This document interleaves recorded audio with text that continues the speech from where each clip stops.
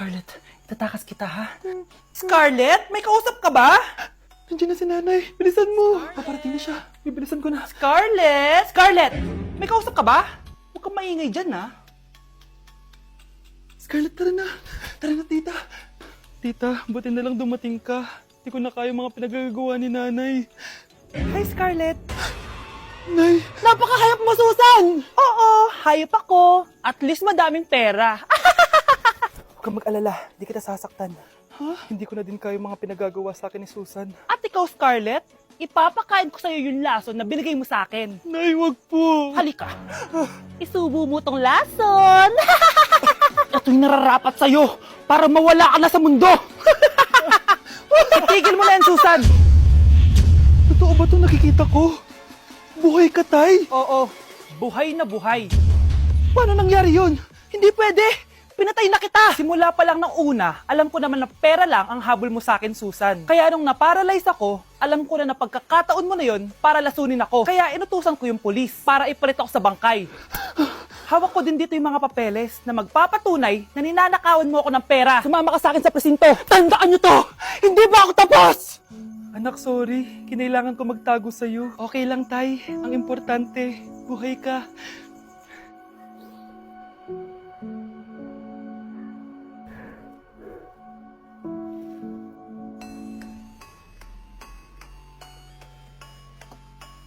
Good morning, class! Na-like ng kifi ko! Na-like ng deck ko. Aba, grabe na tong mga to! Ganyan na ba yung mga natututunan nyo ngayon? Sabi ko na nga ba eh, walang magandang dulot yung TikTok na yan. Uso kasi to, ma'am. May bago na nga eh. Hay naku, Samantha, tigilan mo ako. Ano namang bago yan? Eto po, ma'am, tuturuan ko kayo. Anong pinang-like mo, Samantha? Yung esophagus ko po, ma'am. Esophagus? Grabe yung talent nyo, ha? Ikaw naman, ma'am. Try mo din.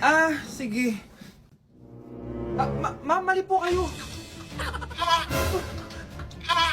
Ma'am, sumobra po kayo. Hindi na po esophagus yan. Bitukan na po yan. Na-like ng kifi ko. Anak, anong ibig sabihin ng kifi? Galing naman nito. Anak, ano ginagawa mo? Nay, nagla-like po ako ng mga post sa TikTok. Nagla-like? Bakit mo binababa? Ito na po kasi uso ngayon, Nay, yung magla-like ka gamit yung kifi mo. Ano ba yung mga bata ngayon na malalaman nyo sa TikTok? TikTok pa! Ayan, mga nakukuha nyo. Ang KJ mo naman, Nay. Try mo kaya. Ay, naku, Scarlett, huwag mo kayo na-influensya sa mga ganyan mo, ha? Oo nga, ang sarap sa feeling. O, diba? Like! Na-like ng kifi ko. Yung lalaking umuwi dyan kagabi, hindi ako yun, anak. Umalis na kayo dyan ngayon na. Nay! Nay! Aray! Mahal, napano ka? Sinaktan ka ba ng lalaking to, Nay? Okay lang ako, napaso lang. OA na nanay. Ano nangyayari dito? Nay! Brianna! Sumama na kayo sa akin! Sasaktan tayo ng lalaking to! Di natin alam baka mamamatay tao yan! Ate, anong sinasabi mo? Si tatay yan, oh. Hindi yan si tatay, Brianna! Nay! Sumama na lang kayo sa akin! Scarlett, ako to. Tatay mo. Ba't parang di mo ako kilala? Gutom lang yan, Scarlett. Tara na, kain na tayo. Bahala kayo! Sige, huwag kayo maniwala sa akin! Tay, hindi sasama si nanay tsaka si Brianna. Ayaw nila maniwala sa akin. Hayaan mo na. Susunduin kita sa harap ng bahay. Tay, lalabas na ako. Sarap talaga ng luto mo, mahal. Tay, pagpasensyahan niyo na si Scarlett, ha? Palagi kasi nagpupuyat yun, kaya ganyan siya. Nasaan na ba yun? Huwag kang mag-alala, Scarlett. Safe ka sa akin. Tay, salamat. Niligtas mo ako sa kanya. Hawak ko na siya. Very good. Teka lang, bakit wala dito si Scarlett, mahal? Pabalik na yun, mahal. Sige na, kumain ka na lang dyan. Sige. Kain na tayo. Gaganti na ako sa mga panloloko mo sa abroad. Manda sa akin yung anak mo sa labas. Huwag niyo ko ikulong! Hindi ako scammer! Itigil niyo na yan! Hindi si nanay ang scammer. Pero nasa bahay na to, ang totoong scammer. Hoy bata, huwag kang mangialam. Wala ka namang ebidensya. Pero nay, alam ko hindi ko yung scammer. Tara na, sumama ka na sa akin. Mga anak, aayusin ko to, ha? Babalik din ako, okay? Kung sino man sa inyo yung totoong scammer, umamin na kayo! Nakulong si nanay, di ba? Ate, walang may gustong makulong si nanay. Tsaka bakit kami lang tatlo sinisisi mo? Eh baka ikaw talaga yung totoong scammer. Imbes na magsisihan tayo, magtulungan na lang tayo para kay nanay. Malalaman ko rin ng totoo. Delivery po. Gabi na. May nagde-deliver pa? Kuya, kaninong parcel yan? Kay Susan po ulit. Ha? Paano nangyari yun? Eh, nasa kulungan na si nanay. Aba ma'am, hindi ko po alam. Taga-deliver lang po ako eh. Sige na po. Oh, nasa gitna yung kalaban ha? Hoy, ayusin mo na itong mga damit mo. Ilagay mo muna dyan sa kama. Oh, ayun na! Ano naman to laman ng parcel na to? Nakakainis, talo na naman. Ano ba? Ba't nandito to? Ito ba yung galing sa scam? Sabi ko na nga ba? Ikaw yung scammer! Ate, hindi ako yung scammer. May parcel na dumating at nakapangalan kay nanay.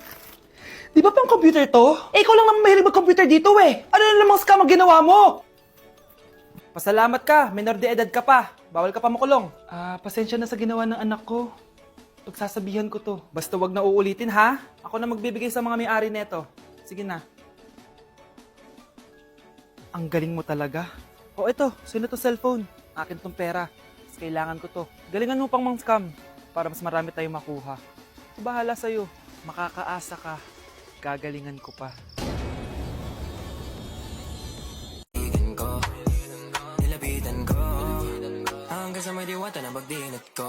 Nalasing kagabi, ang galing katabi, kanabi. Hoy! Kayo dalawa! Ano ginagawa nyo ha? Ba't may pakis? Ma'am, ito po kasi usong step ngayon yung may pakis sa chicks. Ayan! Sinasabi ko na nga ba? Puro na naman kayo TikTok! Mga nalalaman nyo! Ang bata-bata nyo pa, may pakis-kis na kayo nalalaman dyan? Mag-aaral nga kayo na maayos. Ang bitter ni ma'am porket walang kadate ng Valentine's. May sinasabi ka ba, Scarlett? Wala po, ma'am. Wow, Edward! Ang ganda naman ng bahay mo. Simula ngayon, Scarlett. Dito ka natitira, ha?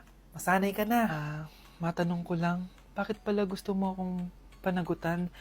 Eh, di ba iniwan mo na ako? Scarlett, hindi naman talaga kita iniwan.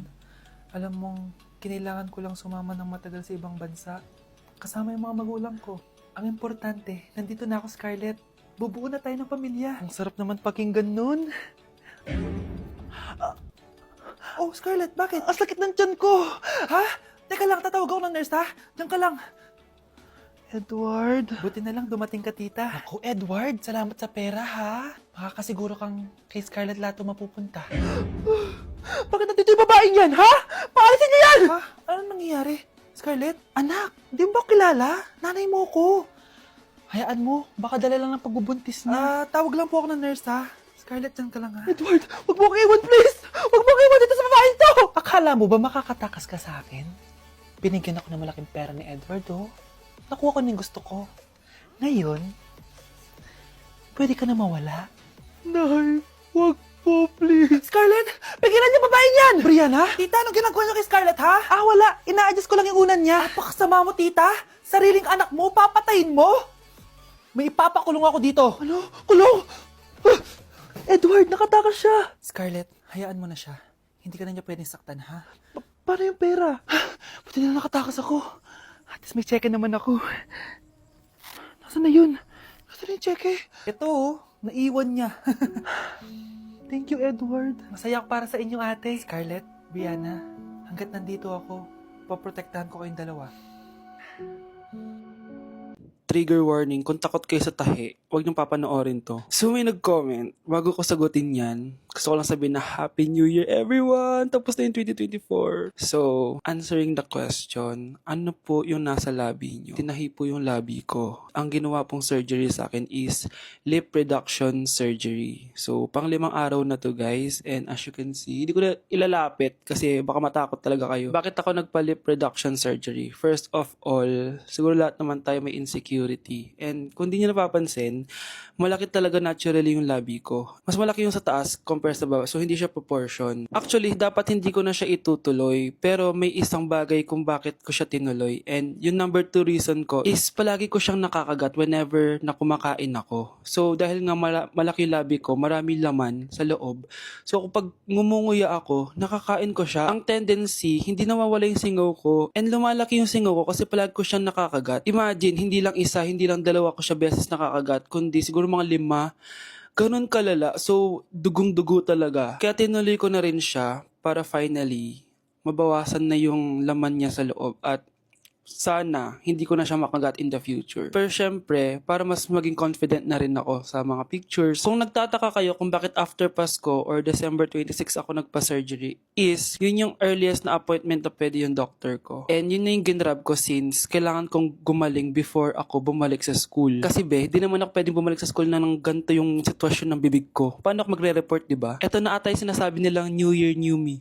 So yun lang naman guys. Again, happy New Year. Wishing you all the best in 2025. Babalik na ako sa content ko. Promise, pag gumaling na talaga to. Bye-bye.